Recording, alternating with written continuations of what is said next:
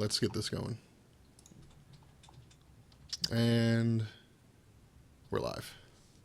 Welcome to the weekly poll. As usual, I'm Benny the Comic Historian. That is Sal from TV Little House. That is Rob from Marvel Explained. And that is Scott Nicewander from Nerdsync Productions. Shocker, huh? And today's big release that we're going to tell you about, I don't have anything. I'm just going to say Aquaman's cool. He's just cool. I don't have any issues. I don't even know where they are. Aquaman's cool. That's all I'm going to say. Agreed. Yep. Turns out.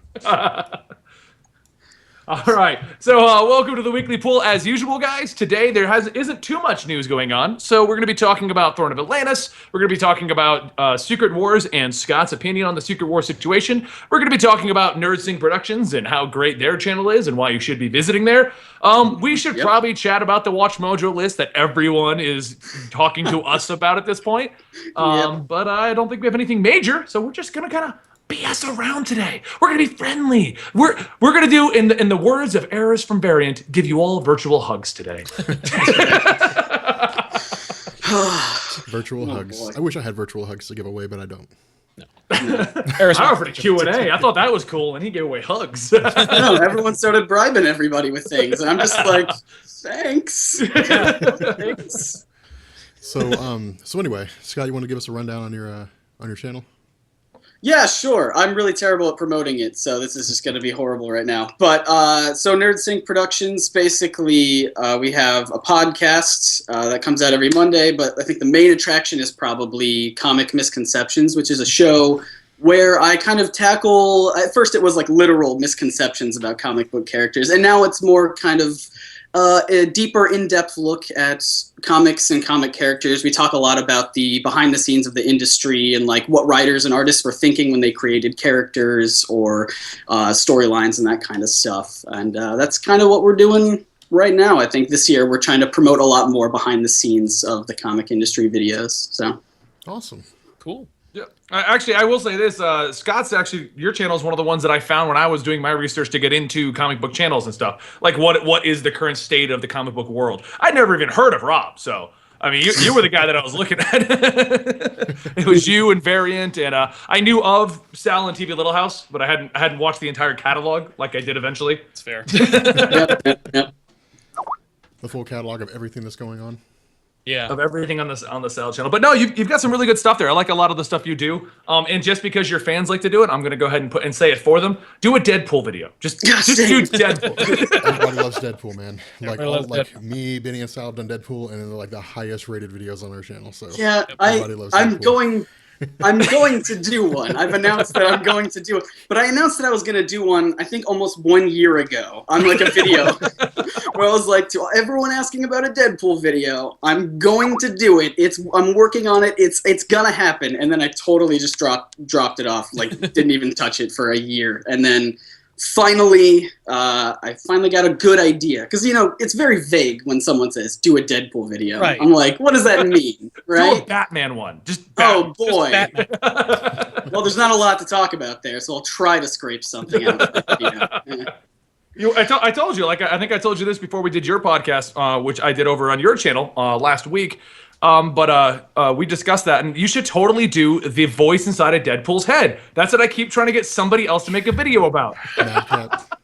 The voice in Deadpool's head. Nope. He's got like 3 Sure panels about in a comic. I mean, you can make that work. Yeah, man, you stretch that out in like a 15-minute video. Right? That's true, yeah. No, that was definitely one of the leading contenders, was like trying to diagnose like what Deadpool's mindset is, and like, because I did a video about Dr. Doom and like how I proposed a theory that maybe he has body dysmorphia disorder or something. Because I try to go a little bit deeper than what's on the surface, and I try to come up with little theories like that. And that was a pretty popular one. And so I tried to think of, well, what would Deadpool's diagnosis be? And then just couldn't. It's too much stuff. I can't even think of it. So. It's funny because they always give him a different diagnosis depending on his origins. Now he's crazy. Now he was already crazy. Now we made him crazy. Now cancer made him crazy.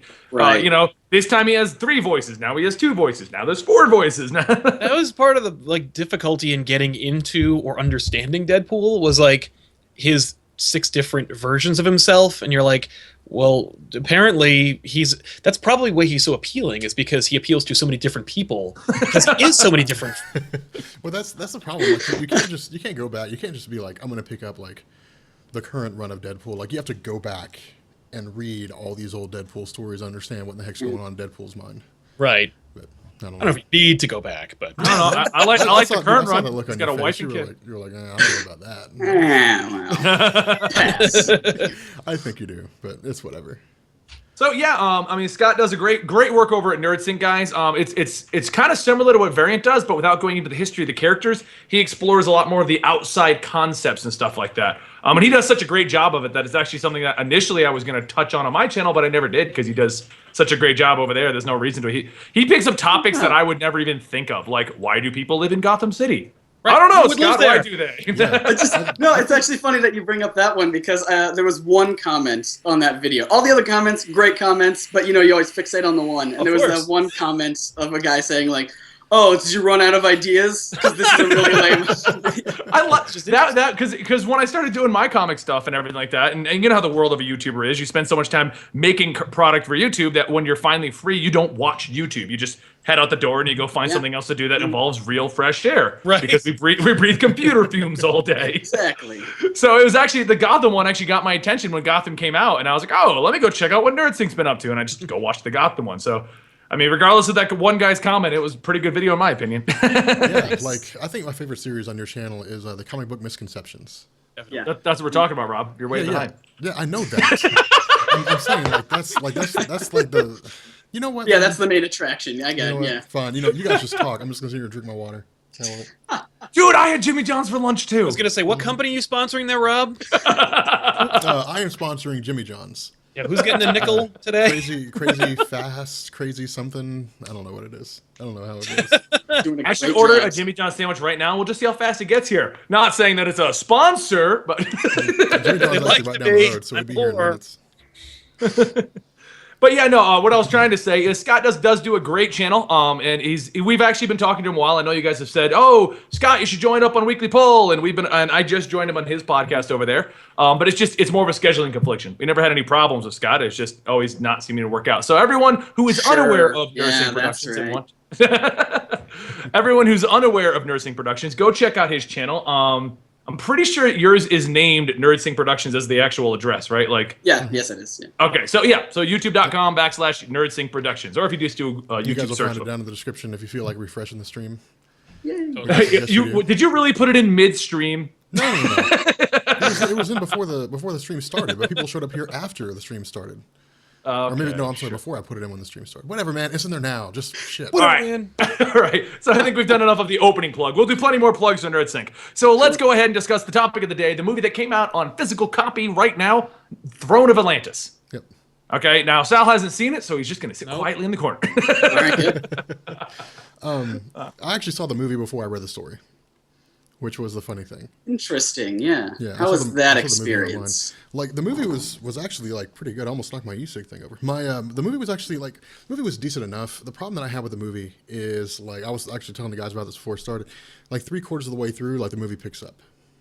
It's boring for like 3/4 of the movie. That's what I said. The problem with it is the issue you had with it is the movie is not really about the Throne of Atlantis. Yeah. The movie is Aquaman's origin and then the Throne of Atlantis. And they were like, oh, we've only got 15 minutes left on the clock. Well, let's have some cool fighting. Well, it sounds like from what you guys were describing and from what I recall the book to be, the movie. It's almost like. Do you remember when DC Animated made the Wonder Woman movie?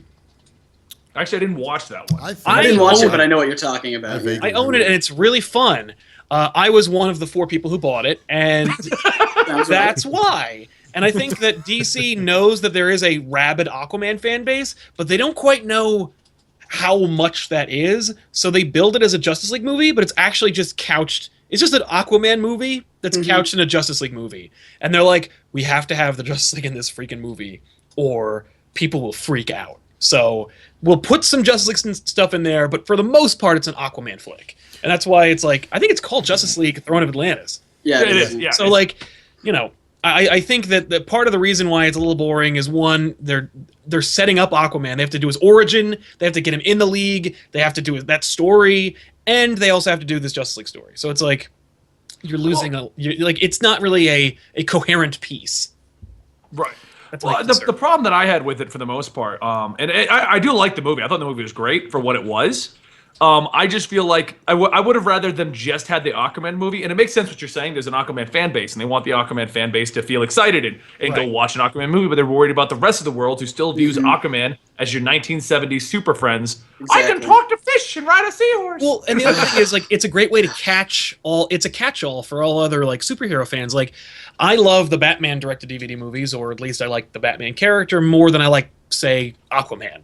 And so, if they're going to come up with an Aquaman movie, and I hear no buzz or bad buzz, I'm just going to skip it. But if they call it Justice League, I know Batman will be in it, so I'll check it out. It makes a lot of sense, yeah. And that was the whole funny thing about it is like you watch this movie and like the entire backdrop, like the whole back theme is, okay, there's some guy who's living on the surface. Like as soon as you see him, you immediately know, okay, this is obviously Aquaman. The question is, how are they going to go about explaining how he's there and why he doesn't know anything about Atlantis, doesn't know what's going on? And so as things progress, like you have all this forefront action, which is like this impending conflict between the Atlanteans and the surface and, you know, the, what's his name? Like the bad guy who looks like a character from Star Wars. Looks Black like Manta? Boba Fett. I don't know if it's, maybe it's man, I don't know. The guy who looks, should be. I remember him from Super Friends. I don't know who his name is. Yeah.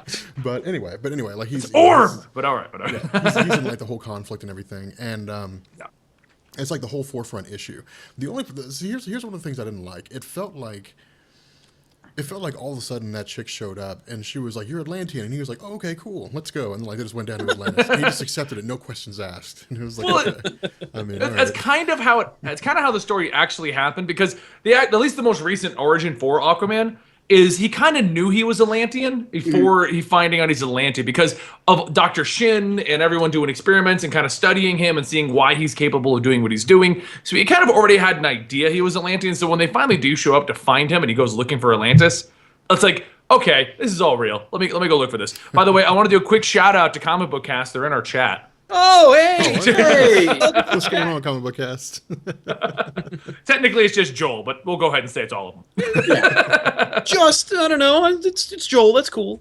But the problem I had with the Throne of Atlantis, and it's the story itself, and the video is going to go up my channel either tomorrow or the day after, whenever I get around to actually wrapping it up. But you'll see in the actual Throne of Atlantis story, it's about the people that aren't the Justice League. It's about B Team.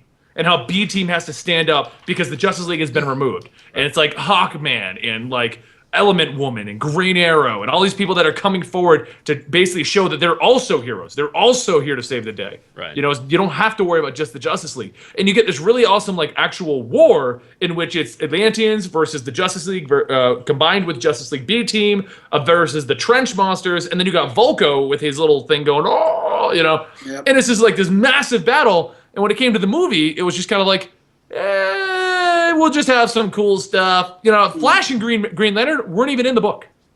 So, Yeah. I mean, that right there tells you. You know why I don't like check out stories where they focus on the B Team? Because the last time I did that was the death of Superman. When Doomsday showed up and beat the crap out of everybody in minutes with one hand tied behind his back. Oh my god. And That then team- pummeled Superman. And I was like, okay, like, I don't care about B Team rosters anymore. Yeah, no, but wouldn't it have been cool? And Scott, you saw the movie, right? And you I said you did read the see book the a movie. while ago. A while I mean, ago. Yeah. okay, so you saw the movie then. Let me ask you your opinion. So, if the movie had done everything the same, but during the war, since the Justice League was trapped in those little like pod things under the ocean, before they came up and fixed everything, we had just cameos from Vixen and Hawkman and Green Arrow. Just, oh, screw you guys, you know. That would have been cool. Yeah, it would have been cool. I don't know if I would still say that I would have. It would have made the movie better, but I don't know if I would say that I would.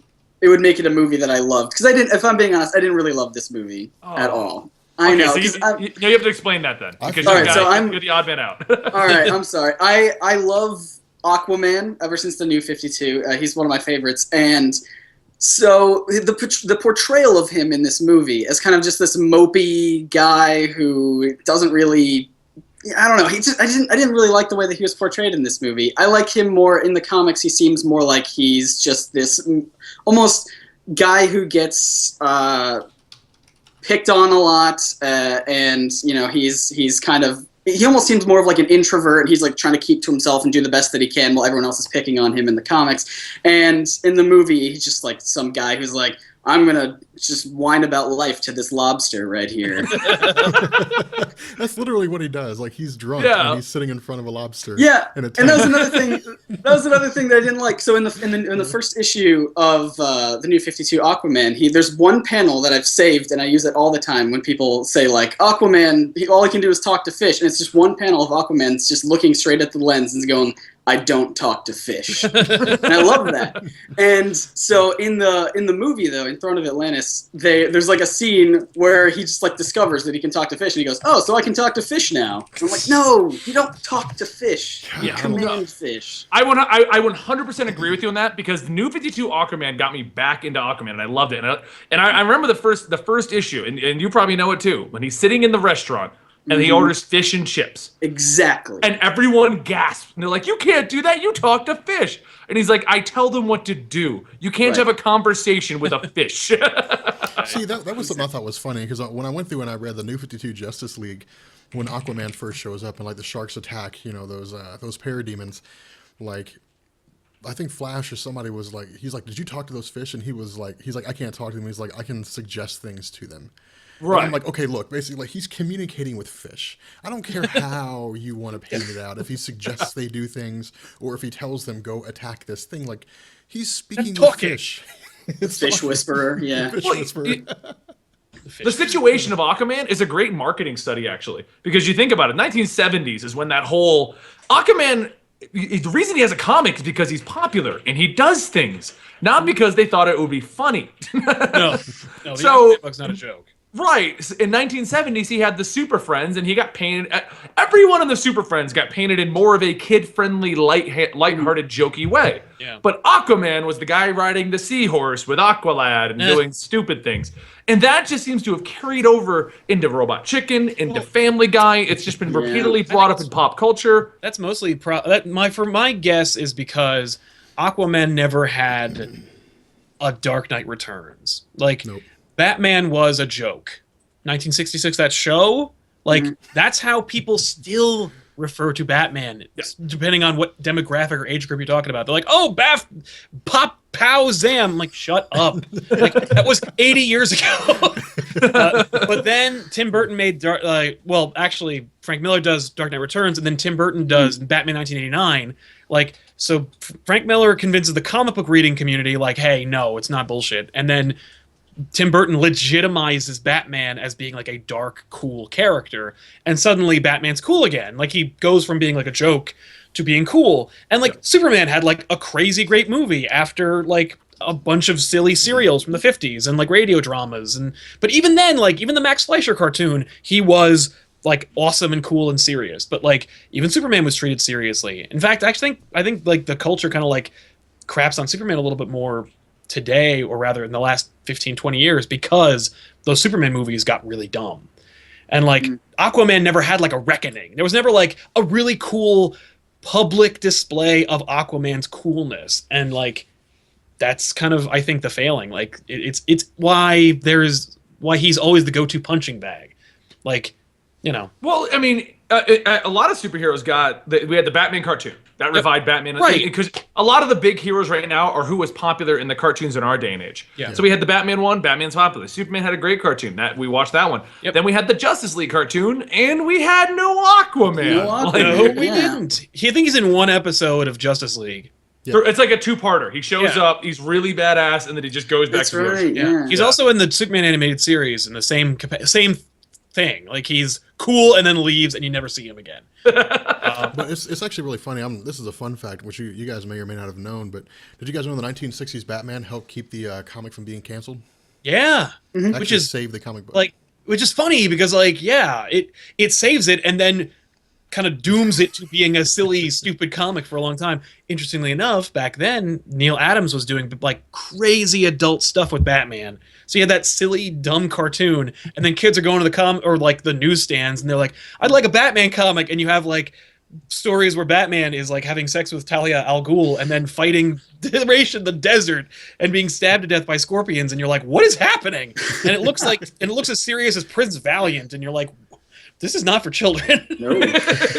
I don't know. See, like people in the comments are saying like the 1990s Batman, the cartoon is like the definitive Batman, and I agree. Like that's the Batman I was raised on. Like that and the Mark Hamill Joker. Like that At was the very least, the Yeah. voices are definitive. Kevin Yeah. Conroy and Mark Hamill have no rival in my eyes. yeah. Well, the thing with the Batman cartoon, and I think it's so perfect, is they kept him dark, but they didn't make him so dark kids couldn't watch it. Oh yeah, They had that perfect line where you'd have like adults would get some inner jokes and we could see like a darker side, but then Batman would team up with the Boy Wonder and go take out the crook. And you're like, Right. yeah, Well, Batman. and it's funny because like I think that art in general thrives in like when it's forced in a box. So it's like forced to be creative, and like the people who made that show were clearly like, I want to make a show about Batman, like the Batman I like the cool Batman that like kills people.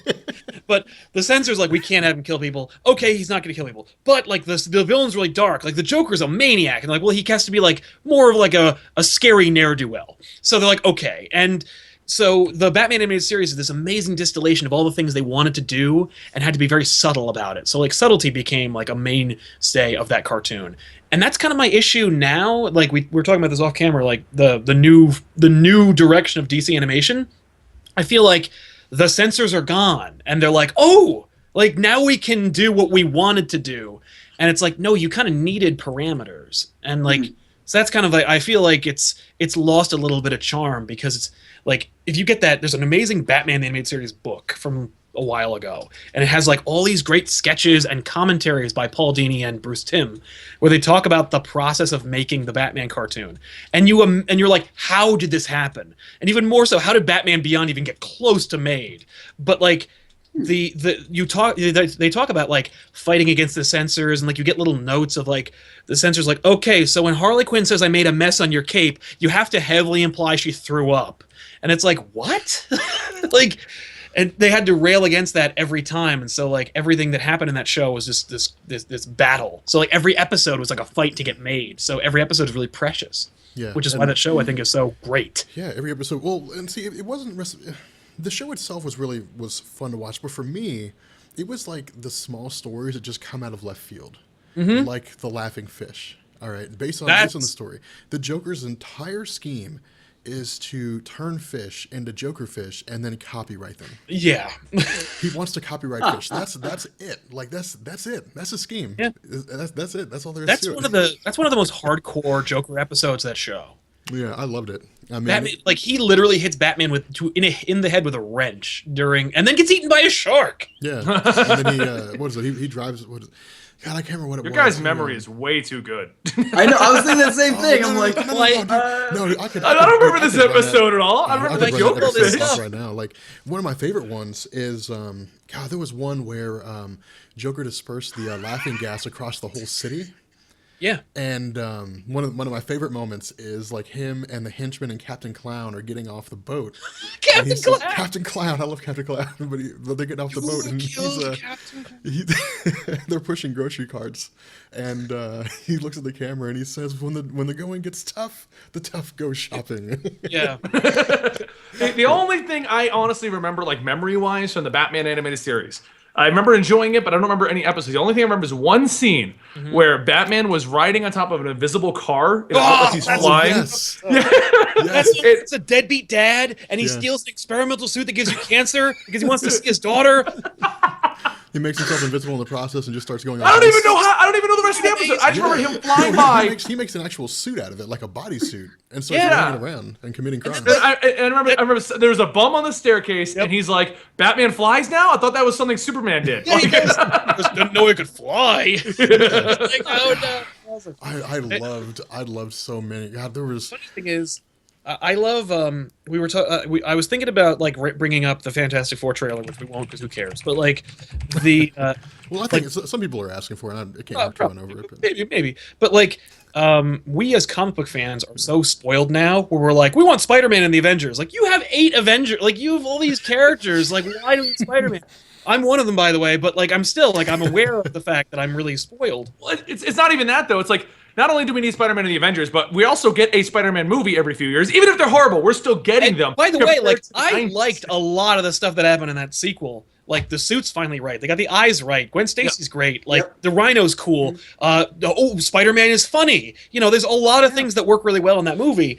And yet we all hate it. And it's like, what do you like? You don't even know. Well, Like, take it 10 years ago, you would never be getting a Spider-Man movie every 2 years. Exactly. I remember when the teaser came out, and it was like with the Twin Towers and the web and the helicopter. Yep. And you're like, and I was like, wait, really? Because for the last 20 or 15, 20 years, everyone had told me that that's never going to happen. And because the internet it was 2002, there was no internet, or there was internet, but like it wasn't nearly as like comic reporting was relegated to Wizard magazine. So like there was no argument, there was no article about this in Wizard magazine. So like we were blown away by that. And we were really thankful to just see Spider-Man. And like going back to the Batman animated series, we're watching Batman. At no point do I think, man, would this show be better with Superman in it? Like I like Superman, and it would be really cool. And then they did a crossover. Well, they didn't even do that for like 4 seasons of that show. And there's one episode in like season 2 when they switched over to Batman Superman Adventures, or I'm sorry, the Batman and Robin Adventures, when they steal a derivative of the Clock King's time machine thing that makes them go faster through time or whatever. And Robin says, like, faster than a speeding bullet. And it's at that point that the show finally acknowledges yes, maybe you might see Superman one day. And it made all of us go like, oh, like I can ask for these, like I can expect these kinds of things. And then when Superman debuted on Warner Brothers, and like the first episode, somebody says, well, at least he's not that nut from Gotham City. And we're like, what? And then Warner's bought the show and brought it to Warner Brothers, and then it became that. And then we got like 2 lousy crossovers out of it. But see, like, I think you're right. Like if people ask the question and they say, "Hey, like, when are we going to get Spider-Man for the Marvel Cinematic Universe?" People are like, "Well, I mean, but you have like Thor and the Incredible Hulk and Iron Man." Thor, and Hulk. It's like, yeah, but it's not Spider-Man. You're getting 3 new Avengers in this new movie. In this sequel, you're getting 3 more Avengers, one of them being a robot. And everyone's like, yeah, but when will a character who's only been an Avenger for the shortest amount of time get to Right. You're right. The one who only got to be an Avenger like 3 years ago. Like, It was longer ago you know than you what? think. It's actually surprising. Like there are a lot of people who got into comics like recently who have never known Spider-Man to not be an Avenger, which is mind-bending in and of itself. As far as comics go, that was a big deal when he got to be one, and he made it. He's like, I got an Avengers card, and I got a paycheck. And let me just say, he had an Avengers card before that, but he was a reservist. He was a Right? reservist. Just pointing that out there. He did have an Avengers card, but I think so, you're using you the know term what, I think- reservist a little too loosely. I think he was more of like a cheerleader. they Cap gave him an Avengers card, and they never called him. Just so you know, Deadpool's now in the Avengers because he dragged Tony Stark away from the Axis. Yeah, but He's that's like, am I an Avenger now? Jumps Am over I the an suit. The Avengers, like, who cares? Like, no, nothing matters about them. Nothing But, matters. yeah, so about this the is a great segue, I think, at this point to go into, and I know we only briefly mentioned if we were going to touch on this, but I'm just looking for segues. Scott, since you haven't been able to get a word in edgewise between the 3 of us, Nope. what was your opinions on Fantastic Four's trailer? Did you actually get a chance to watch it yet? I did watch it. I tweeted a picture of it. I don't know if any of you guys saw it, but basically my favorite screenshot is that thing at the end when they're all standing together looking up at the beam of light, and you can see, and because I'm such a weirdo, I took it into Photoshop and I enhanced it, that thing not wearing any pants. Yeah. I heard about that. I saw that on Reddit or something like that. It was on some news website, and they were like, "The thing's not wearing pants," and I was like, "Oh my god, it's going to be like another like Dr. Manhattan." Like he's just walking around with his junk. No. No, Get pants. he better not have a rock penis get just pants. swinging. Just swinging. Oh, boy. I didn't like that with Miss. Like, come on, can't Dr. Manhattan just wear something? I get comic book, he's supposed to be naked. I'm cool with that. But now we're in movie format. No, it completely corrupts the point of the story. Like, Dr. Manhattan has to be naked because he doesn't care. Like he's above nakedness. He doesn't even notice he's naked. Like, Yeah, well, I'm not above nakedness. it's and the it hell made me you feel weird. story. Well, I'm not. But so outside of the potential rock thing being nude, what did you think of the trailer, Scott? I thought it looked pretty, I'll say that. Other than that, I really don't have an opinion on it. It just kind of exists now. I mean, up until this point, I made a joke that I still think the Fantastic Four movie is a rumor because we haven't gotten anything from it. Yeah, all we have is a trailer. It's just a fan trailer that somebody snuck on. Yeah, exactly. But now we finally have an official trailer, and it looks, it looks like it's gonna be a movie. I'll say that. I agree. Mean, it looks like it's going to be the Fantastic Four that we've seen before. See, you know what? All right, I'll just go ahead and say No, it won't be that. I'll just go ahead and I'll break it down like a fraction. Here's the problem. Fox loves screwing stuff up. See, here's what Fox does. Fox is given a gift, all right? Fox is like, hey, here's this really cool, awesome gift, and this gift is really unique, and this gift is really fun, and we can use this gift to do incredible things. But instead, let's just take a mallet and just start hammering on it and see what happens. Give that mallet to the director of Barbershop, and then let him make 2 movies. That's what Fox does. Fox loves taking something awesome and screwing it up, and that's what they did. Like you got the Fantastic Four, the original superhero family in Marvel, modeled after the Justice League. All right, and what do?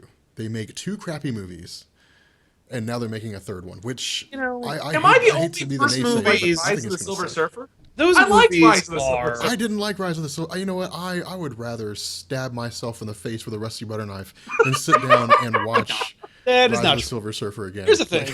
That movie, okay, those movies are not as bad as, like, Punisher Warzone. But, like, they're not great. But, like, at least they try to have a good I'm gonna time. be the one here.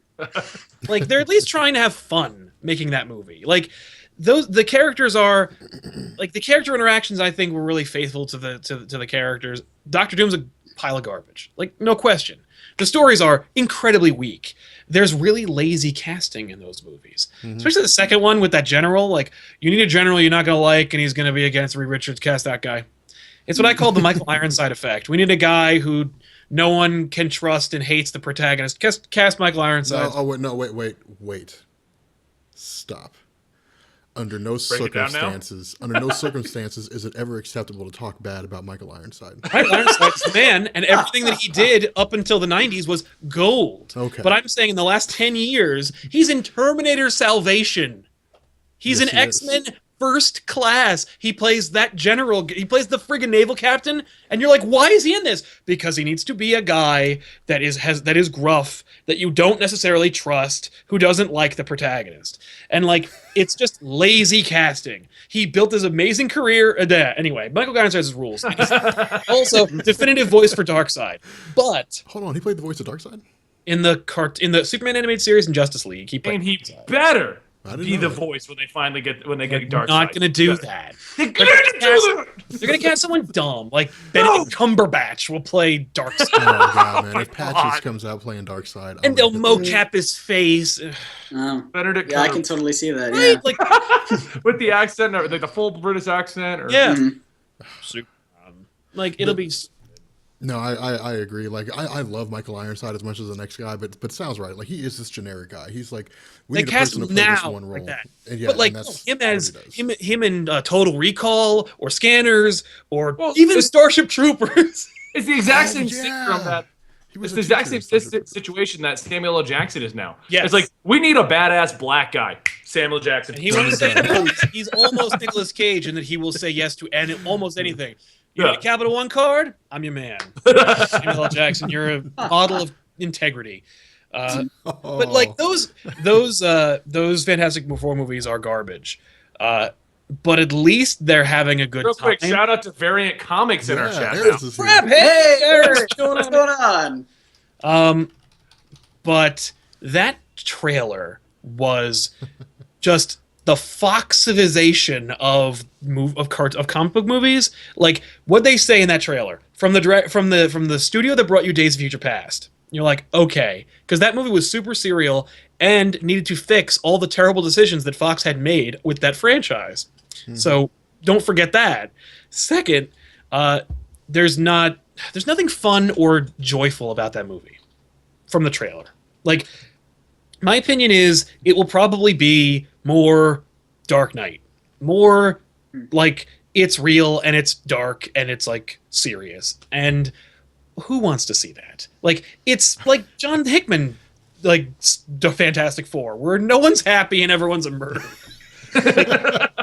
Blowing up planets. That's what it feels like to me. Like, oh, we have to destroy worlds. I'm sorry, no, there's nothing. Yeah, there's no greater good. I have to do this. Like, I'm gonna build a bridge to death. No, like it just, I mean, like, and by the way, like they're changing the origins. Like, they're not going to space. They're going to another dimension. Yeah, supposedly they're going to the negative zone. Fine, I don't care about that. Am I the only person that's fine with that? And I'm going to say, I'm fine reinventing my superheroes for the big screen, as long as you don't get stupid about it. Yes. You're not going to give me 20 years of Fantastic Four history. You're not going to give me a valid origin story that I'm happy with and not spend 3 hours trying to tell it to me. No. That's the thing, like, I don't care. Like, why do we need all these origins? Yeah, that's what I'm saying. I mean, people know who the Fantastic Four is. Oh, sorry, Scott, go ahead. Yeah, Oh, I was just gonna say that's something that I've been frustrated with comic book movies lately. Is like they spend so much time on origins, and I'm like, I would appreciate it if you would do like a really quick montage at the beginning or like a voiceover, like this is what happened to us. Get everyone on track, and then move on with the story. That's what I would appreciate. That is literally Didn't they do that? Didn't they do that in the Spider-Man movies? Yeah, they opened up with like the flip of what happened. That's what Spider-Man 2 did. That was a context thing. That wasn't like Amazing Spider-Man. The whole damn spent like 50 minutes on the origin. And I'm like, dude, you don't even like if you when Marvel gets the rights back to give a big middle finger to that studio, they should just literally have a comic book, like a really big CG comic flip.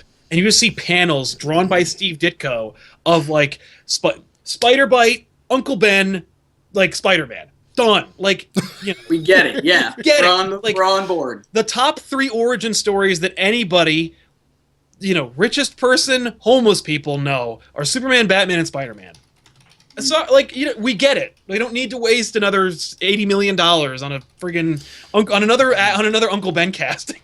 Well, like in the Incredible Hulk movie with Edward Norton, they did that. If you remember the opening credits, they covered the why? sequence. Nobody cares about Hulk, and they were like, get to the Hulk. Just start punching stuff. But yeah, okay. People know how the Fantastic Four become the Fantastic Four. They go into space, cosmic rays, powers. Like everybody knows. We know that. I guarantee you, when people go to that movie, they're gonna be like, I didn't even know there was a Fantastic Four. Yeah, no, that's true. I mean, Go ahead, Scott. I was just gonna say I usually have some sort of like a litmus test with my sister. I'll be like, "Do you?" Because she doesn't read comics, so I'll be like, "Do you know these characters?" Like I told her about the Fantastic Four trailer today, and she was just like, "Oh, that's neat. Are the Fantastic Four like X-Men? Is that what they are?" Yeah, I mean, like that's. I don't know. Maybe I give the regular person. I don't know. Maybe I might assume too much here, but I always figured like there's mainstays in the comic book community who've just been there for so long that people just know who they are. Superman, Batman, Spider-Man, Wolverine. Maybe the Fantastic Four aren't that good. I don't think so. I don't think they are. I think they used to be, but I don't think they ever really like reached that point. And that's sad because they're Marvel's first family. A Marvel fan is like, I know exactly who that is, and they were important. Like them canceling that book is like an affront to Marvel itself. Oh God! Like, well, you know why they're doing that. Well, because they don't want to help. They don't want to advertise. Because Fox won't give them the rights back. That's the only reason why they're doing that. But. By the way, like, you can have Fantastic Four if we can have Doctor Doom. Like, I'll take if we could just have Doctor Doom, so the Avengers can fight someone. I'll agree with that. Yeah. Like, can we get Galactus while we're at it, though? Can we get like a two deal? I want Galactus more than Doctor Doom. Actually, I'll take Galactus. Just give us the villains. Except the Fox knows, like, okay, you can have Galactus. Who's left? There are 2 characters. You can have the Mole Man. You can have Doctor Doom. We'll also take Annihilus, by the way. Like, imagine what you could do if you had Annihilus, because then you've got the negative zone, and then you've got Annihilation. Done and done. Yeah. All you have to do is just I don't speak of Annihilation because I don't know. Benny, there's somebody in your window. What? Oh, that's a TV. No, that's a game. That's Dying Light, dude. That's been going this whole time. Right next to a window, and it looked like there were legs going by. I'm like, oh no. There's somebody in your window. Yeah. So, I mean, we're way on a total different tangent here, and it's perfectly fine. What do you think, Benny and Rob? What are your opinions of this teaser? I liked it. I you know what? Because a while ago I kind of went into these because I was that comic book fan like you, Sal, that went into them and said, "You ruined it! You ruined my origin! I knew this!" Yeah. And you know what? A while ago, I accepted that they're going to change everything. Yeah. And I kind of like the changes to the Fantastic Four. I mean, you got to, you know what? I think no one's touched on this. No one has mentioned this, and I know it's been a humongous issue amongst the comic book community. Johnny Storm's black, and no one has mentioned that. And I think I'm the only person in the world who is apparently okay with that. Oh, people freaked out in the beginning, but then they were like, they realized how racist they sound, and they That's exactly what it is. they were like, exactly no, what it is, Johnny man. Storm needs to be blonde hair, blue eyes, and doing. My complaint isn't so much that he's black; it's that he's no longer Susan Storm's brother. Even if you say he's adopted. Well, no, even if you say he's adopted and stuff, it's the biological brother sister thing has always been their thing. Well, here's the thing: like that's an antiquated notion, and like now that family is totally different than it was in 1964. Like they could legitimately but like it'd be cool if they don't even say. Like, if they don't even address... Like, because there's going to be a line where he's like, ever since my mom married your dad... Like, there's some dumb, horrible expository line to explain it. Like, we will then... we will know. Because that, like, some jerk-off producer is like, but people are going to really have a problem with it, and they need to know why. As opposed to just, like, don't address it. Who cares? If you want to know, then you're a jackass. Like, moving on. That'd be really cool, I think. Also, Joel, like Michael comic book cast, because it's funny, we have Nerdsync on here, and I'm shouting at the other channels. By the way, go to Nerdsync Productions. But Joel from Comic Book Cast says that people are still freaking out over the Johnny Storm thing. If you read the comments in the trailer, they're still freaking out over the Johnny Storm thing. And what it really boils down to is, I mean, it boils down to when these characters were created. In the 1960s, would you have ever pictured a Miles Morales Spider-Man? Hell no! No way. That's why So it's a problem with having Luke Cage and Black Panther. And Black Panther's named after a racial organization. It's not even that he's an original character. Oh, Panthers are cool, and I wanted to... No! Like, Stan Lee was looking out the window, and he saw them protesting, and he's like, that sounds like a superhero. That's oh my god, that's not what happened. I know, I'm just saying. Like, sounds like a comic misconception. It is a comic misconception. Like, that's... There you go, there's your episode. You're welcome. I mean, it's... Thank you. All right, I'm gonna take notes. He came like months. It was less than a year, or maybe it was a year, or something like that. He was within 2 years, but he showed up before the Black Panther party did. But no, that's the funny thing, is you watch like any like major news shows or anything like that, like turn on CNN headline news, something like that, and they're like, oh my god, Johnny Storm's black, and then somebody will be like, is that a problem? Like, do you have a problem with black people? And all of a sudden they're like, well, no, I mean, it's just, it's not like that in the comics. My issue, like if I were to have an issue with Johnny Storm being black, it's more that I have an issue with them arbitrarily changing things from the comic. But I also happen to know that Michael B. Jordan's a great actor, and I like seeing him, so I'm happy with that. Like, if it was an excuse, like if like the guy they cast was the director's brother or girlfriend or something, like I'd be like, that's the problem. Like, but just getting the right person for the right role is top priority. So that works. Well, like, and I'll always say this about Michael B. Jordan. Like, he was really good in Chronicle, but to me, the best performance that Michael B. Jordan ever put on was an episode of House. And he was a kid who was blind. And he somehow, there was some kind of illness or something like that, and it threatened to take his hearing. And so he would have been blind and deaf. And it was like his character dealing with this. But it was a freaking amazing episode, and it's the best performance I ever saw him put on. But, Make a Black... I remember that episode. That was a really good episode. People are asking me to do Black Panther Explained. I already did that. Black Panther Explained. guys, Black Panthers, none of us are doing it. Scott is going to do one now that we volunteered him. Apparently I am, yeah, why not? By the way, if you want to know where Scott's channel is, you should go to Nerdsync Productions. Yep. See, Scott, if you can't plug your stuff, I got you covered, man. Thank you so much for that. For some reason, YouTube won't let me post links in the chat, and I don't know why, but... I don't know, it's very weird. I mean, since it's like my chat. Okay, so we discussed the movie. In the end, I think all of us... The problem with the trailer is it really is just a teaser. They barely show anything, and we know what we've all heard. And the fact of the matter is this. It's going to be a horrendous movie. It's going to be a mediocre movie. It's going to be a horrendous movie like the original Fantastic Four movie. The Roger Corman Fantastic Four movie? It's going to... Nothing will be like that. Michael B. Jordan will be the only person that saves it. It's going to be a mediocre movie, like X-Men Days of the Future Past, where we all sat there and said, that wasn't horrible, but you could have done so much better. I thought that was cool. That cleaned it up and like let everybody take a bow with grace and dignity. That was nice. I like that movie. Hold on. Are we tearing down the Days of Future Past movie? And he just did. My opinion, Days of Future Past is not a bad movie, but it could have been so much freaking better. You can't even argue that. Oh my God. What do you want? Okay, yeah, how could it have been wanna better? See? Like, you Like, want to send see Kitty Pryde into the past instead of Wolverine? I mean, No. I'm fine with them doing the Wolverine thing, but the whole going into the first class and dealing with first class and Wolverine is now a primary character that they only put in there for the simple fact of the matter of we have to have Wolverine in there because if you actually think about it, Wolverine did absolutely nothing. He did nothing. He shut up and said, we need to build the group. Then you have Quicksilver show up for a cameo, but no, let's not bring the fastest man in the world. Let's not bring him to go fight against the president, guys. Well, yeah, because he's a You go off and go over here, Quicksilver. and Wolverine, you're useless. We're just going to throw you into the water. Oh no, now we're going to go free the guy who's the worst villain in the world. Does that make any sense to you? Like, you know what, Scott, No, give us it's your just rad to rundown. Give watch. us your take on the whole Days of Future Past thing. You know, I think we did a podcast review of it, and the very gist of it is I think I really enjoyed a lot of the future stuff, and I wish they had a better balance between future and past. Yeah. And that was basically my biggest complaint about the movie. But I mean, it wasn't horrible. My No. opinion is that it could have been so much better. It feels to me like Days of Future Past, they read the book and they said, what are the coolest elements? Make those prominent. Don't care about why it makes sense or not. Oh, yeah. and by the way, we got to beat Marvel to the punch with Quicksilver. Even though that's not going to make any sense continuity-wise, put Quicksilver in the thing. No, the Quicksilver thing, the scene was really awesome, and I hope that Avengers has a scene almost as cool as that. That actor, I really don't like. So good luck with that. But, like, you know. I don't know, like one of the, this is something that somebody had mentioned, and it was really something that I noticed, I guess, when I went back and watched the trailer for Avengers 2 Age of Ultron.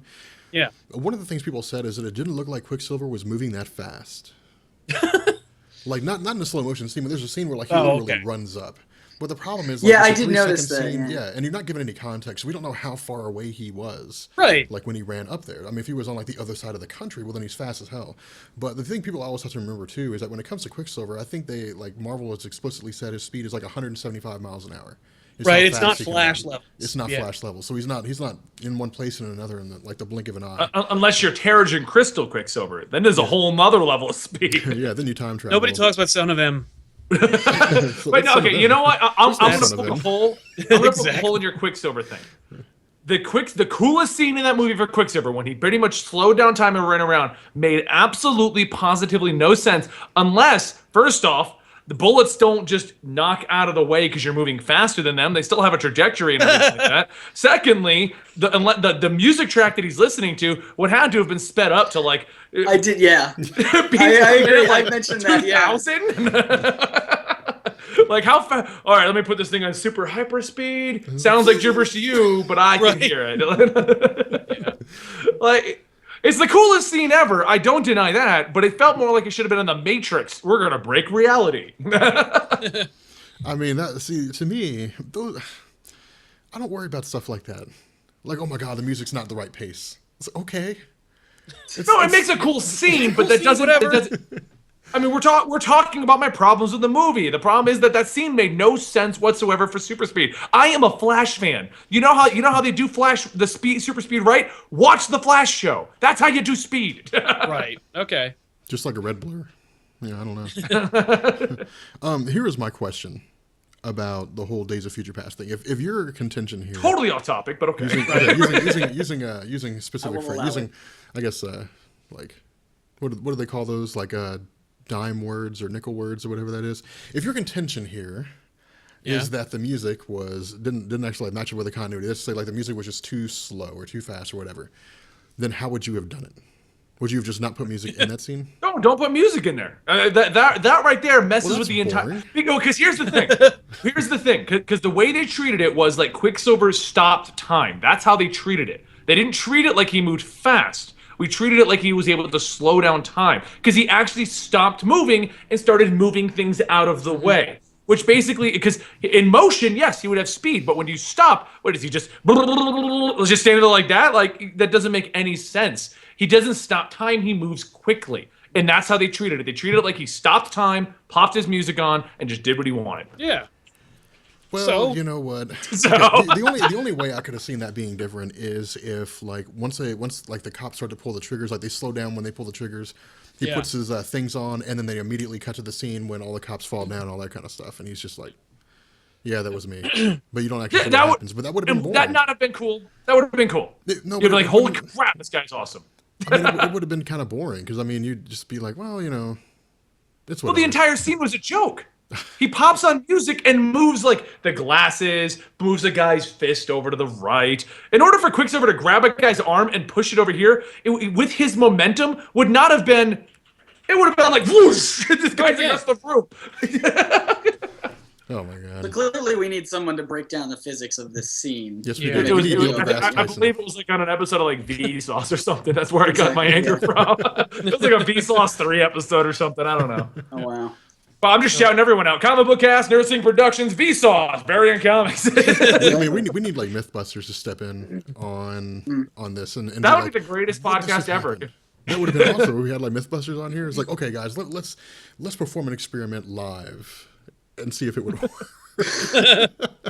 All right. We're completely off topic. How about we move on to the Secret War situation and get Scott's opinion on the Marvel Universe and its complete and total annihilation reboot. I'm on board. That's my. All right, then word. next Yeah. topic. Yep. No, I mean I've always I talked about this before. I think on a podcast. I know I'm like referencing things that I know people haven't listened to, but yeah. So my thing, I have a problem with like Marvel's timeline and everything. It always confuses me. Where you can have comics that show Spider-Man like way back in the day, then you have comics showing that his origin only took place 13 years ago, and even still people had iPhones or something. I don't know. It was like their timeline is super confusing to me. So I'm totally on board with just them completely rebooting. That's what this is, right? It's just like a complete reboot. More or less, yeah. It's like a That's crisis. what they've They're implied. They haven't consolidating all their actually universes. officially said. So Yeah. you know, I'm on I board. agree with you on that. I do, because Marvel. The problem I have, DC basically, once the timelines get too far apart and doesn't make any sense, they just do a crisis and they just reboot everything. And then it's like, oh, Superman only came around 5 years ago. Yeah, we had technology and stuff then. But Marvel, it's like, no, the origin. I mean, I just pulled up the Iron Fist origin to do my origins thing. In the original comics, it still holds. Basically, Danny Rand's from like 1970. Like, like that doesn't make any sense, guys. And and he's going to the middle of the Himalayas with Tibetan monks and stuff like that. And in a day and age when his family got rich off of some weird thing, it doesn't make any sense man, like anymore. he started Heroes for Hire and all that stuff. Like here is the problem with the whole Marvel continuity. Like Benny makes a really good point, the fact that they don't reboot things. Yeah. Like it all just kind of stays the same. Marvel has a sliding time scale, which is how they've adapted Right. all that. Yeah. And so it took Peter Parker like what, almost 20 years to graduate from high school and college or something like that. Like, it According wasn't- to that. Yeah. Well, he graduated from high school and college in real time. Like he was created in 64 and like in 70 whatever he was graduating from college, and they were like, "Uh-oh." Wait a minute. Hold him back a few You can't be, years. like 30. But see, like to me, like I tie all, and I did that during my video. I tie all that into Franklin Richards. Like to me, that's all Franklin Richards' fault. Like Franklin Richards froze the Marvel universe in place, and nobody ever gets old. They all just. You stay need to the make a same video age. about that. Yeah, yours This is is the my same almost legitimate fire, request. I already. Scott. Oh yeah. No, not you. You, Oh, I was like, whatever. I don't like your stuff. Scott. Hey, You need to make a Franklin Richards explanation. Like how the time. Do you even know that theory? I don't actually know. That the theory is that time in Marvel moved normal until the birth of Franklin Richards. And then, due to the fact that his father was a hero, once Franklin Richards hit a certain age, he kept basically holding everyone back from aging anymore. Marvel, you moved properly until that point. So at that point, basically because of how powerful he is, he holds time in place and he constantly resets and moves time around to always have, his father be a hero with his superhero friends. And that's why Franklin Richards will suddenly be 18. Then he'll be suddenly 6. And then he'll be suddenly 12. And It's a kid who never grew up and like has the power of a god, and it's why Spider-Man is always young, because like Spider-Man's his favorite superhero, so he always preserves Spider-Man in that state, and like he won't let the universe die. It's very like there's a show called Saint Elsewhere where there was like the show ends, spoilers for a show that aired in the with 80s, the snow globe. with the snow globe and the autistic Yeah. boy, and there are so many crossovers into that show that like every show that crossed over with Saint Elsewhere, which includes like Law and Order. Yep. wait, really? And like the Bob Newhart show, like everything that ever crossed over with Saint Elsewhere is part of that universe. It's in like this boy's imagination, and that's how the Marvel Universe is for Franklin Richards. It's like it's all part of this man boy's desire to preserve his dad's like perfect life. Yeah, and you see it play out. Like this is the stuff that I covered. Like you see it play out. Like Franklin Richards was the eye of his parents' eye, and then his mom got pregnant with Valeria Richards, and then suddenly Valeria Richards went away. Mm-hmm. And then when Franklin Richards got to an age where he was ready to have a sister, suddenly Valeria Richards comes back. Right. He's like, you know what? It was really petty of me to let my mom have a miscarriage. I'm going to make that never happen. Yeah, and like he like rebooted. Like the Marvel kind of rebooted the universe, but kind of didn't with the Heroes Reborn. Like, yeah, Heroes Reborn, they rebooted characters. They rebooted characters. But then they also established they didn't. Like, that was after Onslaught, like a bunch of characters that didn't sell very well but were really popular got put into a Ultimate type universe where Rob Liefeld and Jim Lee drew them, and then they came back and they were young and interesting. I mean, that was. Did you ever check out Heroes Reborn, Scott? I don't think so. Oh, dude! Okay, like it was literally a universe inside of a ball. It was what Marvel tried to do. It was Marvel's Ultimates line, but before they had the balls to actually just do that. Like they were like, let's make all the characters young and interesting, revise their origins, but like so they just took those characters and put them in a pocket universe where that happened, as opposed to Ultimates where like Quesada said, like, no, there's no universe thing. It's funny, actually, how much everything is going back against that, like, now. But Quesada, editor-in-chief at the time, was like, no, there's we publish this book called Ultimates, and that's where things happen. It's not going to cross over, because they're not universes. Like, he had a real problem with the Marvel 616. He's like, no, it's Marvel 1. It's the main universe, where everything happens and matters. Like, that's... Like he like had editorial mandates where he's like, don't call it 616. Like that's not anything. Like it's not the 616th universe. It's the first one, number one, the one that matters. And I think they're probably gonna like reboot it and make it one. But anyway, I mean, that's what they always do with DC. They were like, they always make DC whatever universe we're in. Well, now that's Earth 1. That's the main Earth. That's what we're doing. Yeah. Now it's the New 52. Now it's the, and that old Earth you like, they're like 49. Like, they're 49 now. Yeah. And so, like, Heroes Reborn was basically them trying out Ultimate Marvel, but in continuity. And it wasn't really well received. No, it was Marvel did a piss poor job doing it too, because a lot of the characters were rebooted in a way where nobody cared, and the way they did it is they basically just had like this I can't remember her name, but she was a Celestial, and she showed up to Franklin Richards, and she was you have to choose between one, you can't have both. And so he actually enters the universe he made, and he goes to Susan Storm and Reed Richards, and is like, I don't know what to do, and they're like, just do the right thing, and I'm like, what, really? And so he's like, okay, I pick the main universe, and then he brings that universe, like he brings them all back to life in the main universe. But like as those versions, but like they kind of merged them. It was very weird. But like cool drawings. That's also where you get. That's also where you get. Rob Liefeld drew a version of Captain America that is the biggest joke ever. Yep. That's the version of Captain America that they had in Heroes Reborn. Where he also put like the like Nazi eagle on Captain America's cowl and like replaced the A, but he didn't know that's what it was. He was like, "Oh, put an eagle there," and you were like, "That's America." That's what they used in Germany in 1930s. That's you don't know anything, do you? But that's the funny thing. But that's all they're really doing here is Marvel. They can paint it with whatever they want to do. They can call it whatever they want. Whether they want to call it consolidating their universes, they're rebooting it all. They're taking all the universes. They're getting rid of the ones that don't matter. They're taking all the famous stories. X-Men 92, which I'm pretty sure maybe it might be from 91, but it's X-Men issue number 92. 1. Yeah. When Jim Lee and Chris Claremont, like, it was like the highest selling X-Men comic ever. Yeah. The 150 alternate covers. Yeah, it sold, like, I think to date it's sold like 2 million issues or something stupid like that. But it's super high selling. But anyway, they're giving that its own universe, and they're just taking the most popular stories and characters and giving them their own realities or their own. Well, they're going to be a country on a battle world. I was like, okay, so they're basically putting them all in a battle world. They're all going to fight, right? Yeah. Now I was doing a little more research on Convergence because we were a little confused about that. So Convergence is all of these multiverse universes are going to be in a singular world where they're going to have to fight. Yep.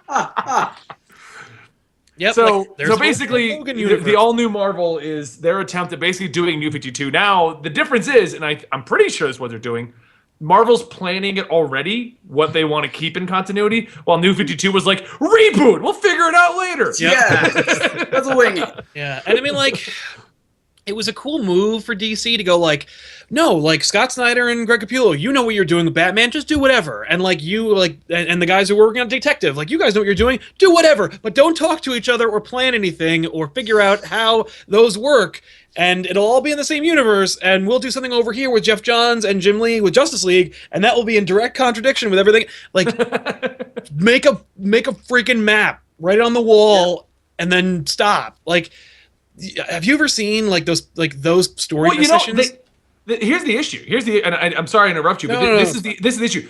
DC can do that. Yeah, they've done it. Like, they've done that. If you during New 52, the 6 Green Lantern books all worked coherently together, and they made sense. Well, like, they used to do that where they had like a year, like they had a big dry erase marker board and they like wrote down what they did for the year and like stories, and like with Superman, for example, like it was all their titles and then what happened and where it happened and how it happened and like where things were gonna fall in the stories, and like each writer got dibs and they all had heads up, and that's actually where the Death of Superman came from. They used to make a joke where someone would always write at the end of the line, and then Superman dies. And they would all go, ah, ha, ha, ha.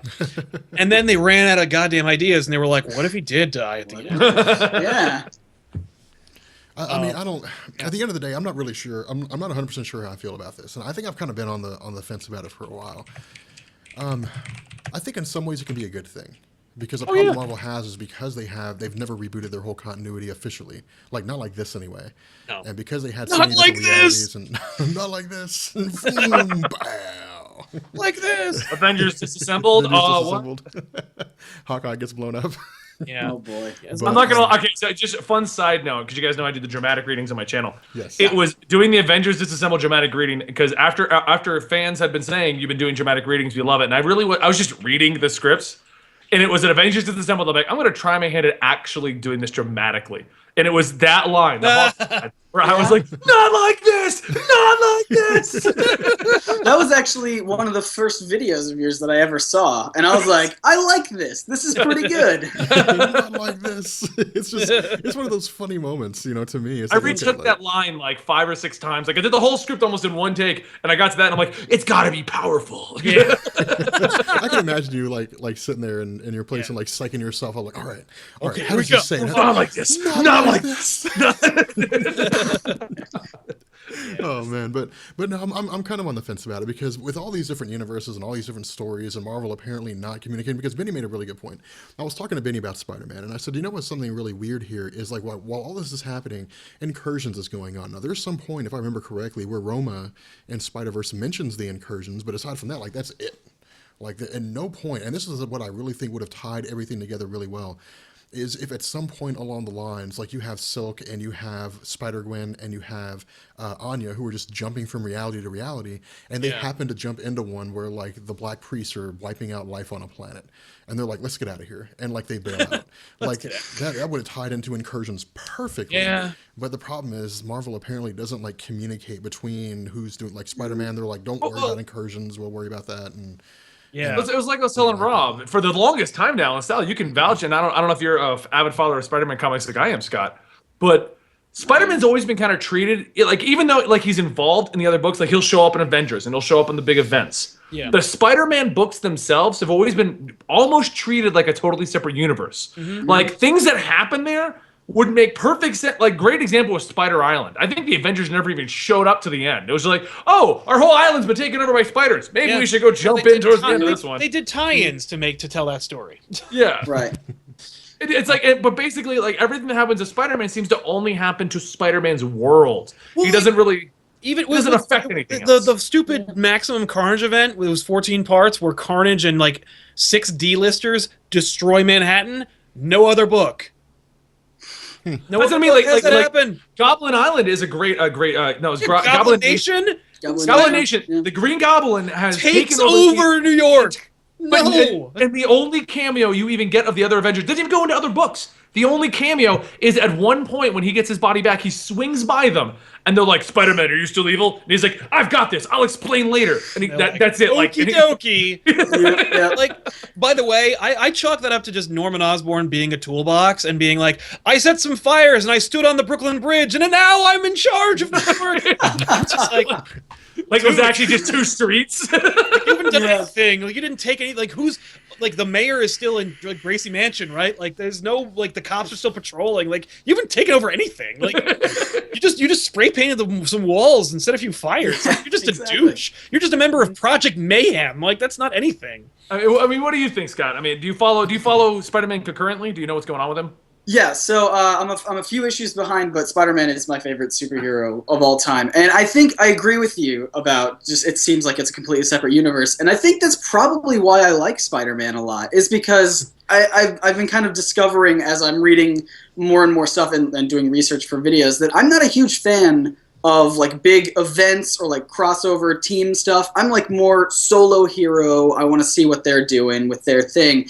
And I think maybe that's kind of why I like Spider-Man a lot, is because he tackles apparently these like really big things of people taking over the city and stuff like that. And it's just like him, maybe a couple others, but it's not like like you were saying, it doesn't look like the Avengers step in all that much. And if they do, it's just kind of like a passing reference. Well, that's the thing. Like, it's funny how, like, I think the most significant Spider-Man influence in any of the events in the last 15 years was Civil War.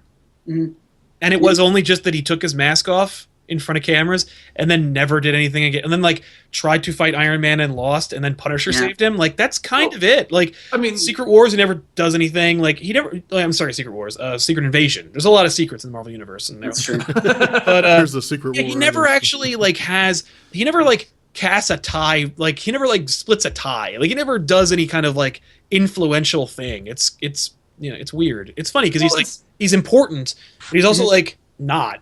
And even in the Axis event, he shows up at the beginning, and he's kind of the guy that's he's the only one who doesn't get switch. Right, he's the only one that doesn't get switched, and he's the guy. He's like, oh, I gotta go assemble everyone who didn't get switched. I gotta make a team, and he does it, and then it's like it's pretty much all about Deadpool versus Kid Apocalypse.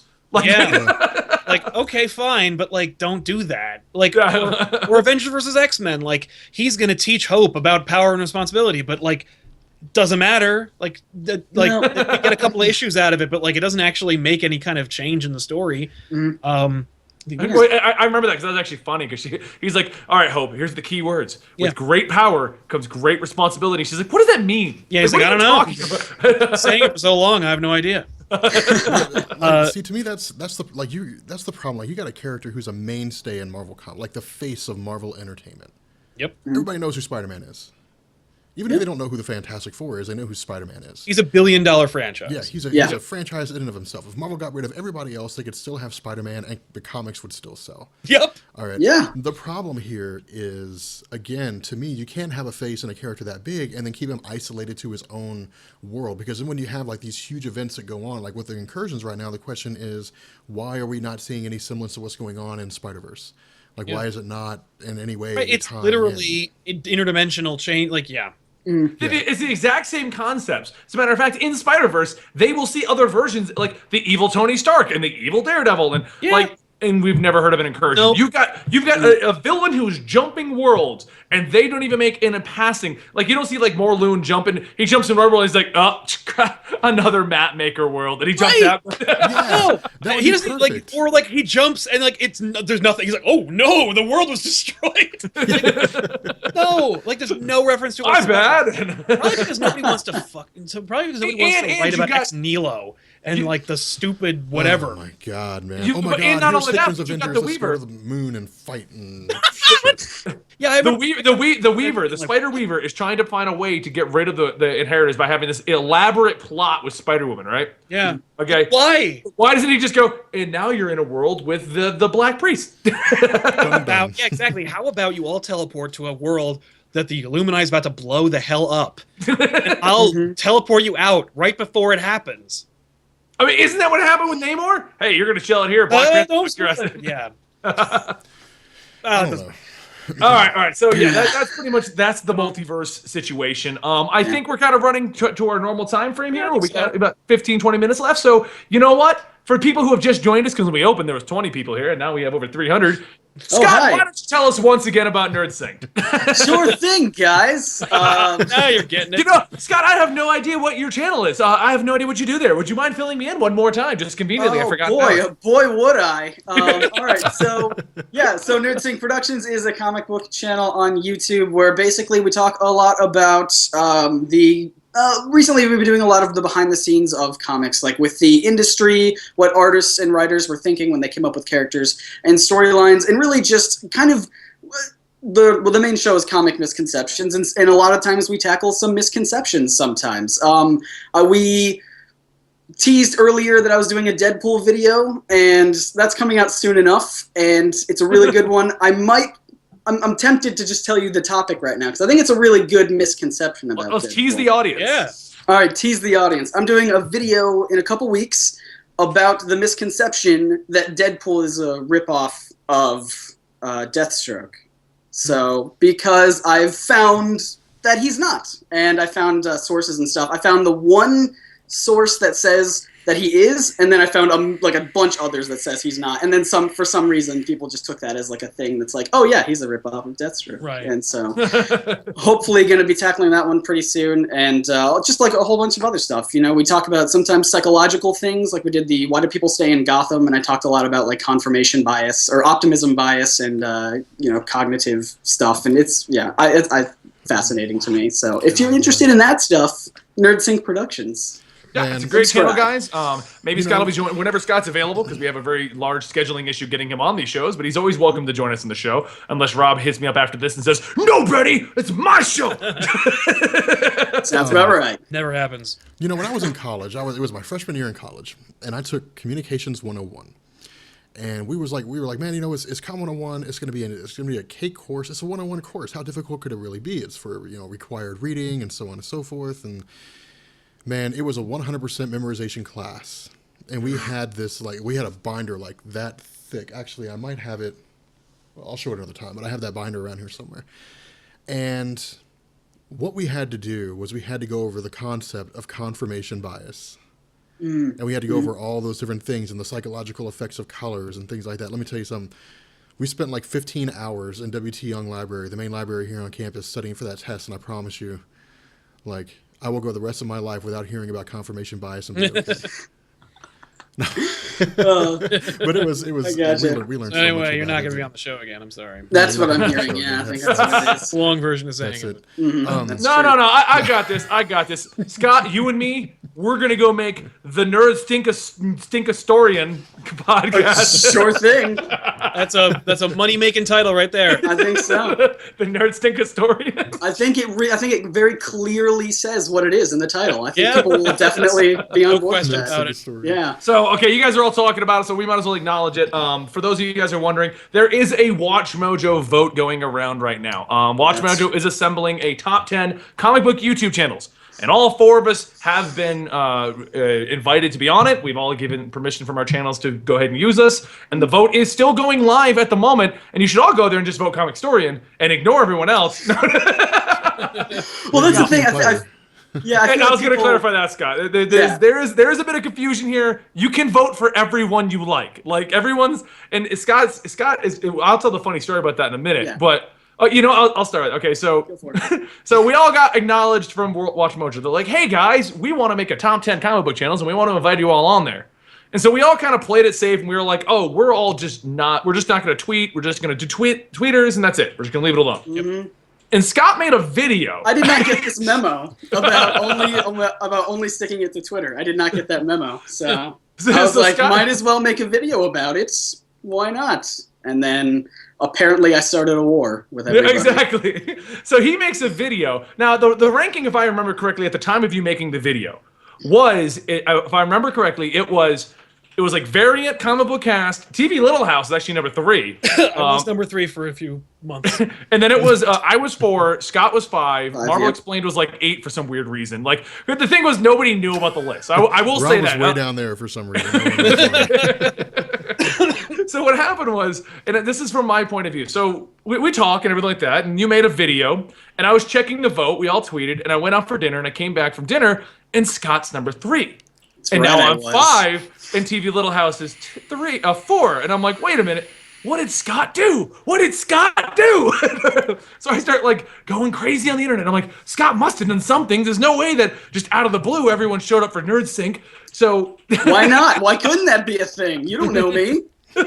Well, you know what? I was prepared if that was the case, because I was like, Scott's been here forever. I had a mentality of the people who have been here forever, obviously, you know, they're probably going to get voted higher, so I was fine with that. So, but I was like, I'm just going to check. I'm going to look on his channel and see if he did something. Lo and behold, there's the Scott video. And Scott did say, go vote for all of your favorites. You can vote for every single one of them. And I was like, okay, cool. I'm going to make a video, and I need to do it in a hurry. And I totally forgot to even say that. Sure, yeah, sure. That's the explanation behind it. So I go through the whole thing, and I put up, I'm like, you know what? You guys should vote for a comic story, and if we get in the top 3, I'll do a live Q&A for 4 hours. And so I put mine up, and of course, I shot up the ranks. And then Marvel explains, like, wait, I'm still number 8, and all you people that are making videos. So Marvel explains, makes his video, and then Scott saw mine, and he's like, you're bribing, that's cheating. And I'm like, you started this.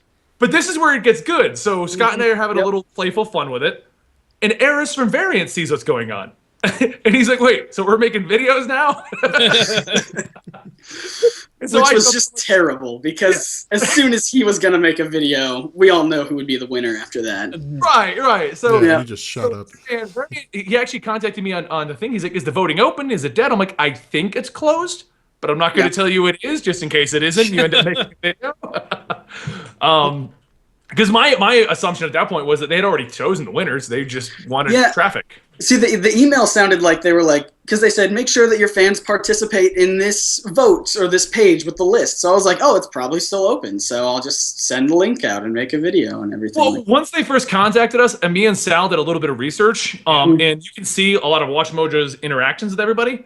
And from what we saw there, it looked like the whole thing was already decided, because they only contacted 10 direct people, and that was it. They didn't go out there. They didn't tell a bunch of people to go do the voting. So it looked like they'd already picked the list, and that's why we weren't doing videos. We're like, oh, whatever. They already picked it. Yeah. So Eris jumps in, and he starts going back and forth, and I'm like, Scott started it like a kid at a playground. Yep. I didn't do it. Yeah, because wasn't his comment something like, well, I guess it looks like Scott and I need to make videos. And you're like, Scott's the one who started this. And then you jump up, you're like, well, I don't have as much Twitter. And then Variant's like, I was basically just trying to complain and make excuses that you guys should stop and let me win. That's just what I was saying. So, but it was funny because like Variant didn't make a video. Actually, he put out a different video, and I'm like, oh, maybe he's not gonna do it. Maybe we're gonna win this with like, you know, it'll be me, Marvel Explained, Scott, and then it'll be Comic Cast, and then Variant. Oh no, I mean, if you're Variant Comics with that big of an audience, you're not gonna not do that. So he made his video. The most professional looking one out of all of us, too. Yeah, he did. Like, it had perfect sound quality, perfect camera work, everything. Yep. And he offered hugs, which totally beats on my bribe. See that to me, that I think is what did it. He said that anybody who votes for me, like, I'll give you hugs. And ultimately, I'm pretty sure that like the promise of hugs is really what just sent him over the top. Yeah, I can't compete with that. Strong motivation. Yeah. So that's the story of the Watch Mojo voting situation. I think at this point it's kind of calmed down. I think the peak for me though, Scott, was when Eris was taunting you with tweets and pictures. Yep, that was funny. Eris pulled out a picture of like a dog, like, and it was like, "This is Scott. Like, this is what Scott. did I do? What have I started?" Yep. Oh boy.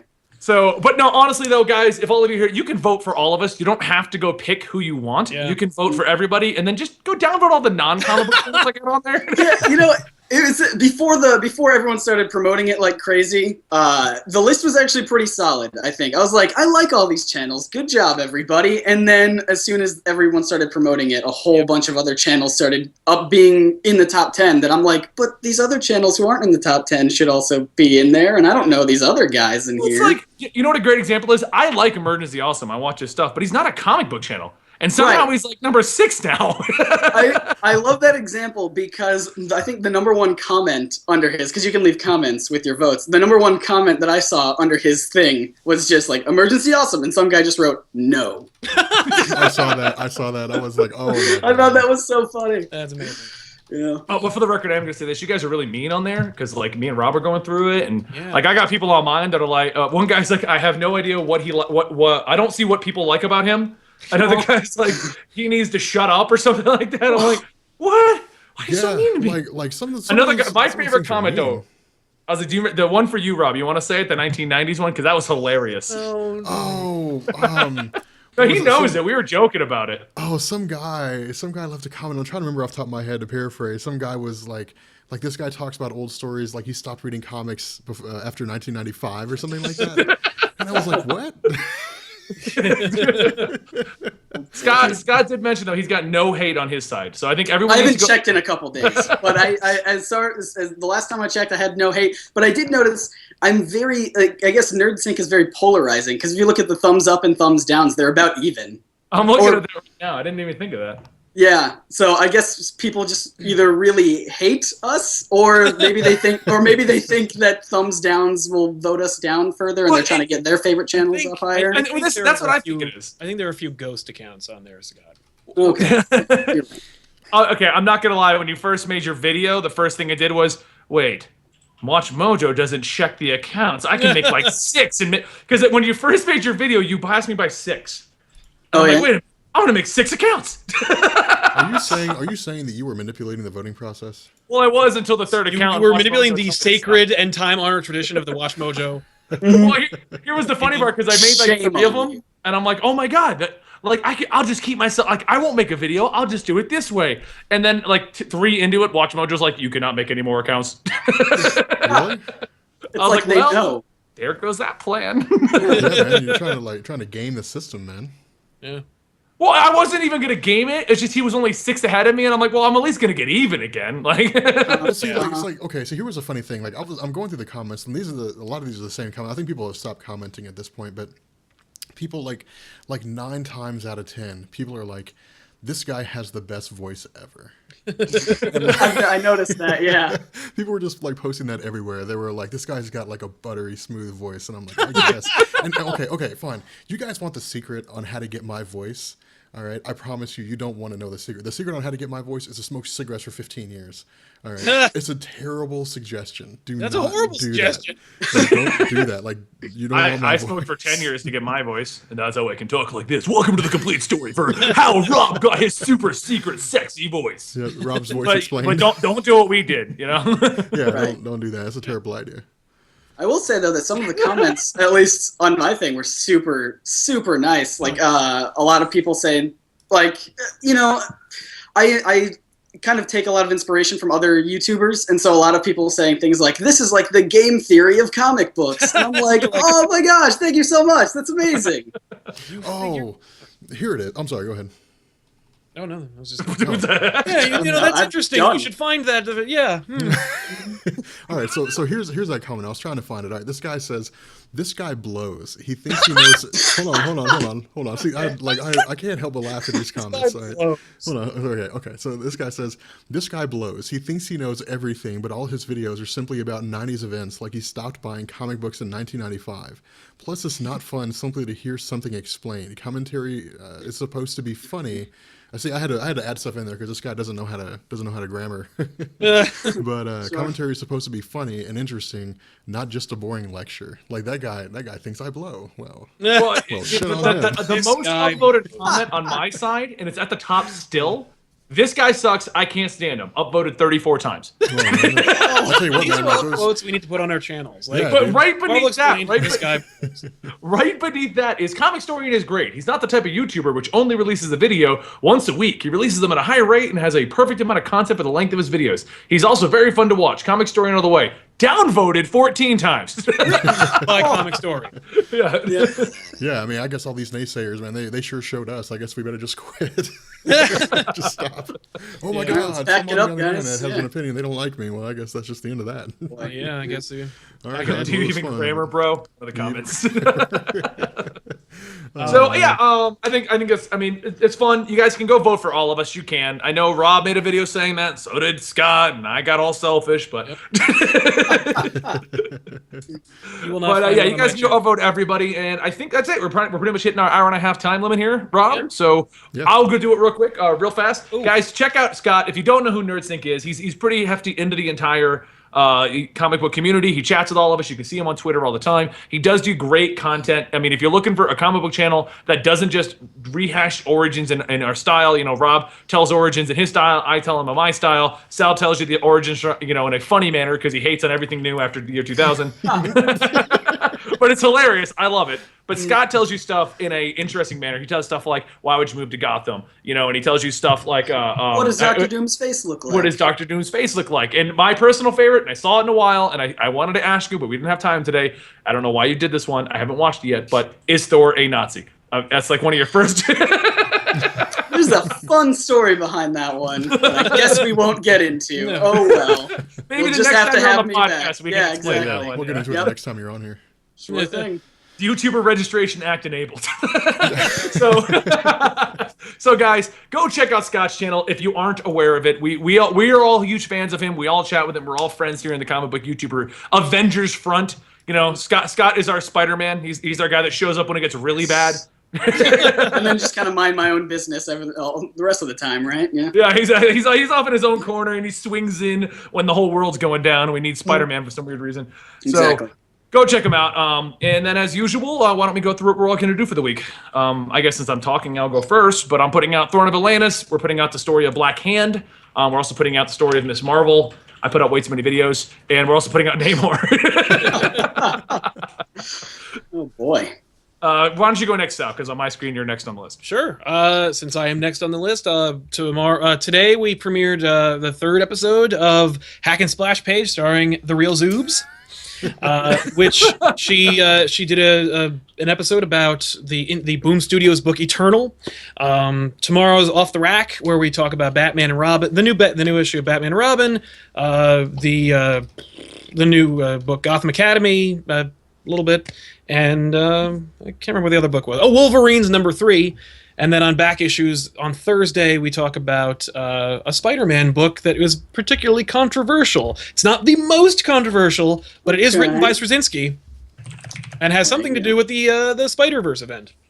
Huh. Cool. I don't have to give it all away, Rob, you're next on my screen. Scott. Well, I thought Scott, you can go ahead. That's fine. Okay. Oh, yeah, sure. So just this week, I think yesterday we had a podcast with you, Benny, on it, so people can check that out. Tomorrow, there you go. Yeah, it was actually a really fun episode. I got a lot of comments about people saying that it was one of their favorite episodes, so there you go. That's the Nerdsync podcast. You can search for that on iTunes or wherever else you are. Unlike Rob, Scott puts his on iTunes. I put it on iTunes. I put it on SoundCloud. I put it everywhere if you want to listen to it. And then tomorrow I have tomorrow's Wednesday, right? My days run together. All right. I have an episode of Comic Misconceptions, which is kind of like the main comic book show that we do on Nerdsync.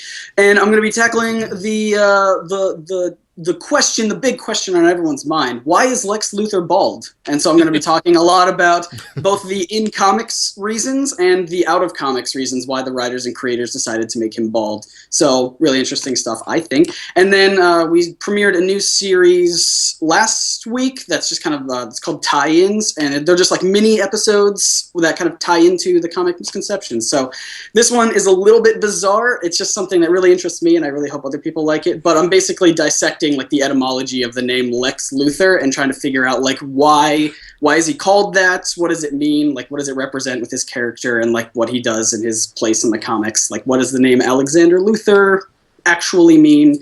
And seeing if that does anything. I just like to learn things, I guess. I like looking up words and origins. The palette of things I like to learn about is like the broadest thing ever. So that's what we're doing this week. Cool. Awesome. I do want to state one thing. Your Lex Luthor episode would have been so much better if you shaved your head. I really thought about that. I really did. I did trim it up today, but I didn't. I didn't shave. That was definitely on my mind, though. Rob? Yeah. You're up. Anyway, Rob, go. Rob, you're up. Rob. I don't think I've properly interrupted you all episode. I needed to do at least once. Actually, you haven't, and yeah, I think This guy blows. that was needed. This guy blows. All he does is interrupt Rob. So long story short, Scott, I have a tendency to be as they've said in the comments on Watch Mojo, aggressive in discussions, and I interrupt Rob too much. So It's hilarious. Like people post that, like you go through there and they're like, this, like Benny just interrupts people too much.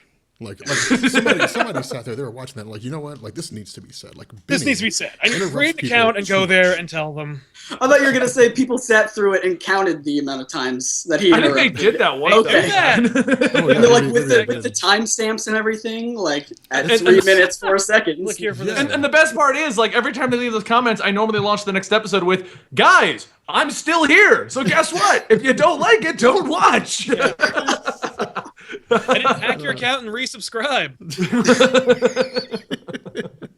Anyway, Spider-Verse Part 2 comes out tomorrow. Hopefully we'll have that finished by the end of the week. And then after that, all right. Comments.